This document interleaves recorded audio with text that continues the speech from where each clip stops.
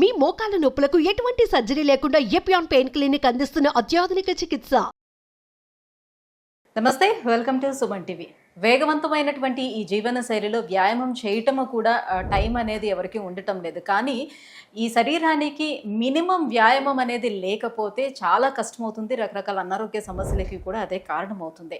మరి వ్యాయామానికి కేవలం నడక అనేది సరిపోతుందా? ఒకవేళ నడక అనేది ఒక వ్యాయామంగా ఎంచుకున్నట్లయితే ఎంతసేపు నడవాలి, ఎలా నడవాలి, సో అది ఎటువంటి అనారోగ్య సమస్యలకి దారి తీయకుండా నడక అనేది చూస్తూ ఉంటుంది. సో ఈ విషయాలన్నీ మాట్లాడేద్దాం. మనతో పాటు ఉన్నారు general physician doctor Rajesh Shukla గారు. Hello sir. హలో. ఇప్పుడు నడక అనేది వ్యాయామంలోనే ఒక భాగం. సో ఇది ఒక్కటి చేస్తే సరిపోతుంది, మినిమం అట్లీస్ట్ ఇది చేయమని సజెస్ట్ చేస్తూ ఉంటారు కదా. కానీ ఎటువంటి నడక అనేది ఆరోగ్యానికి మంచిది?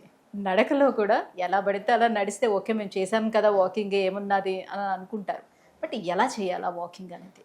నేను ఎప్పుడు చెప్తుంటాను, నా పేషెంట్స్కి కూడా అడ్వైజ్ చేస్తాను, the best form of advisable exercise ఒక ఫిజిషియన్గా, ఒక డయాబెటాలజిస్ట్గా, హెల్త్ పరంగా గమనించుకుంటే walking is the best form. దానికి ఏ రిక్వైర్మెంట్స్ లేవు. Only one good footwear, good amount of dress, free breathable dress. ఎందుకంటే సమ్మర్ వస్తుంది, సమ్మర్లో ఆ బ్రీతబుల్ డ్రెస్ అనేది ఇంపార్టెంట్. ఇవి రెండు పెట్టుకుంటే the best form in the morning. Walking is the best form of exercise. అయితే మీరు అడిగిన క్వశ్చన్ ఏంటంటే ఎలా చేస్తే బెస్ట్. అయితే సాధారణంగా నా ప్రాక్టీస్లో గమనించే, సార్ నేను 2 hours నడుస్తున్నాను, మరి 2 hours ఎంత నడుస్తున్నారు అనేది ఫస్ట్ క్వశ్చన్. సో దీనికి టార్గెట్ ఏంటంటే ఎవ్రీ 1 kilometer 10 minutesలో నడిచే స్పీడ్ అనేది ఉండాలి. ఆ వేగంగా నడిస్తేనే మన బాడీలో అడ్వాంటేజ్ పొజిషన్కి వెళ్తుంది.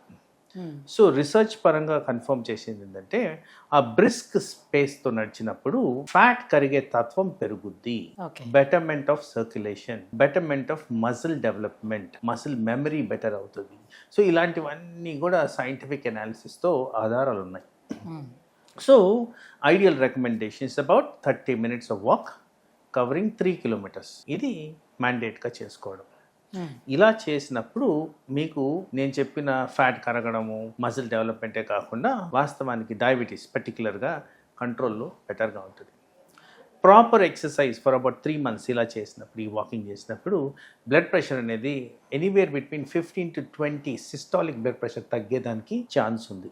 Risk of heart disease by about 20% తగ్గిపోయేదానికి ఆఫ్టర్ 3 months తగ్గేదానికి ఛాన్స్ ఉంది. అలాగే బ్రెయిన్ స్ట్రోక్. సో ఓవరాల్గా చూసుకుంటే హెల్దీ బెనిఫిట్స్ అనేవి చాలా రకరకాలుగా ఉన్నాయి. అండ్ మోస్ట్ ఇంపార్టెంట్గా నేను ఈ మధ్యకాలంలో క్లినికల్ ప్రాక్టీస్లో గమనించేది ఏంటంటే చాలామందికి మానసిక ఒత్తిళ్ళు ఉంటుంది, నిద్ర లోపాలు ఎక్కువగా గురవుతున్నారు. ఇవి కూడా బెనిఫిషియల్ ఎఫెక్ట్స్ ఉంటాయి. లైక్ ఎక్సర్సైజ్ రెగ్యులర్గా వీరు looking at about 30 years 40 years కానీ చేస్తే వీళ్ళల్లో ఏమవుతుందంటే బ్రెయిన్ లోపల ఉన్న స్ట్రెస్ హార్మోన్స్ అన్నీ కూడా తగ్గి హ్యాపీ హార్మోన్స్ పెరిగే విధంగా పనిచేస్తుంది. స్లీప్ ఆన్సెట్ బెటర్గా ఉంటుంది, స్లీప్ సస్టెనెన్స్ బెటర్గా ఉంటుంది, memory concentration, focus and intellectual capacity ఇదంతా పెరుగుతుంది సింపుల్ వాక్తో ఇవన్నీ. బట్ దెన్ 1 రోజు 2 రోజులు కాదు, లాంగ్ టర్మ్ ఇది అడాప్టేషన్. లైక్ మనం ఎట్లయితే బ్రీత్ చేస్తామో ఎవ్రీడే, అలాగే వాకింగ్ అనేది ఎవ్రీడే పార్ట్ ఉండాలి.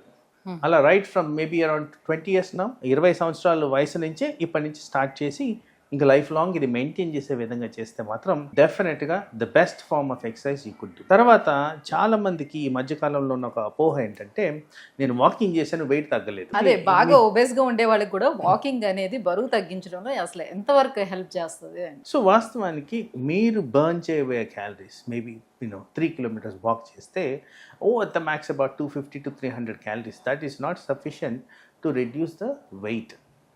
అండ్ డిస్ప్రపోర్షనేట్ వెయిట్ ఎలా ఉంటుందంటే యావరేజ్గా ఆల్మోస్ట్ అబౌట్ 60-70% ఆఫ్ పాపులేషన్లో ఈ బాడీ మాస్ ఇండెక్స్ అరౌండ్ 30 దగ్గర ఉంటుంది. 30 ఈజ్ నాట్ ద టార్గెట్.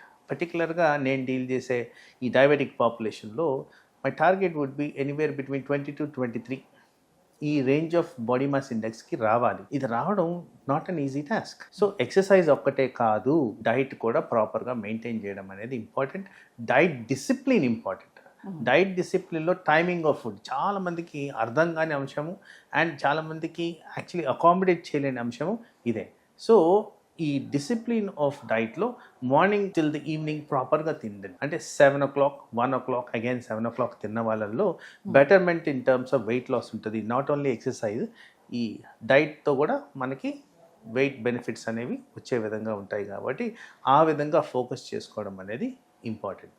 కానీ ఇప్పుడు మార్నింగ్ ఎర్లీ అవర్స్ ఒకవేళ ఆఫీస్కి వెళ్ళాల్సి వచ్చేటప్పుడు చాలామందికి మార్నింగ్ చేయడం కుదరకపోవచ్చు. సో అప్పుడు ఈవినింగ్ టైం చేసుకుంటే ఎలా ఉంటుంది, దానివల్ల ఎలాంటి బెనిఫిట్ ఉంటుంది? అండ్ మోర్ ఓవర్ ఇప్పుడు బయటికి వెళ్ళి వాకింగ్ చేసే ఆ కంఫర్ట్ లేకపోయినప్పుడు ఇంట్లో అందరూ థ్రెడ్మిల్స్ యూజ్ చేస్తున్నారు, లేకపోతే టెర్రస్ మీద వాకింగ్ చేస్తున్నారు, ఇవన్నీ కూడా వర్కౌట్ అవుతాయా? So an ideal recommendation, perfect match for a healthy life అన్నప్పుడు morning time walk is the best walk. వాతావరణం పరంగా కానీ, మన హెల్త్ పరంగా కానీ, body readiness to do the job కానీ, ఇవన్నీ గమనించుకుంటే ఐడియలీ ఇన్ ద మార్నింగ్. తర్వాత ఈవినింగ్ చేయొచ్చా, గుడ్డిలో మెల్ల, it is not a first preferred choice.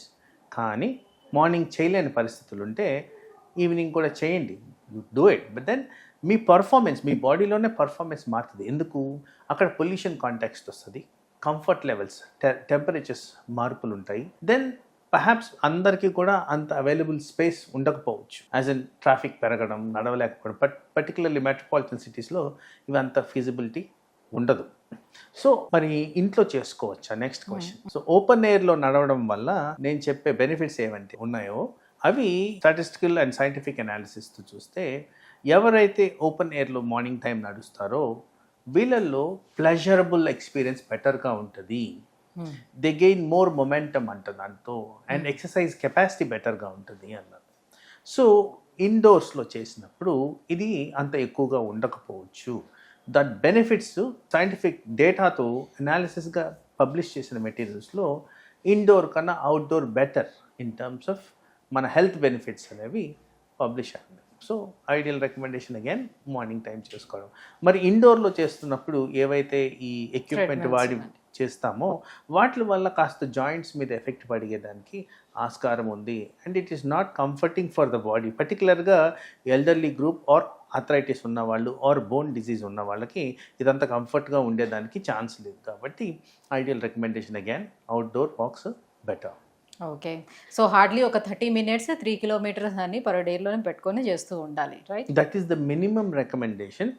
Maximum అనేది మన ఇష్టం. సో ఆ మినిమం రికమెండేషన్ ఎందుకు అంటే అట్లీస్ట్ 150 hours per week అది టార్గెట్ పెట్టుకొని చేస్తే, 150 minutes per week అది టార్గెట్ పెట్టుకొని చేస్తే ఇది ఐడియల్గా ఫిట్నెస్, బాడీ ఫిట్నెస్కి దారితీస్తుందని రుజువులు ఉన్నాయి. Thank you sir, thank you so much. So నడక అనేది ఆరోగ్యానికి ఎంత మేలు, అది ఏ రకంగా చేస్తే ఇంకా బెటర్గా ఉంటుంది, ఈ విషయాలు తెలియజేసినందుకు thank you so much. Thank you.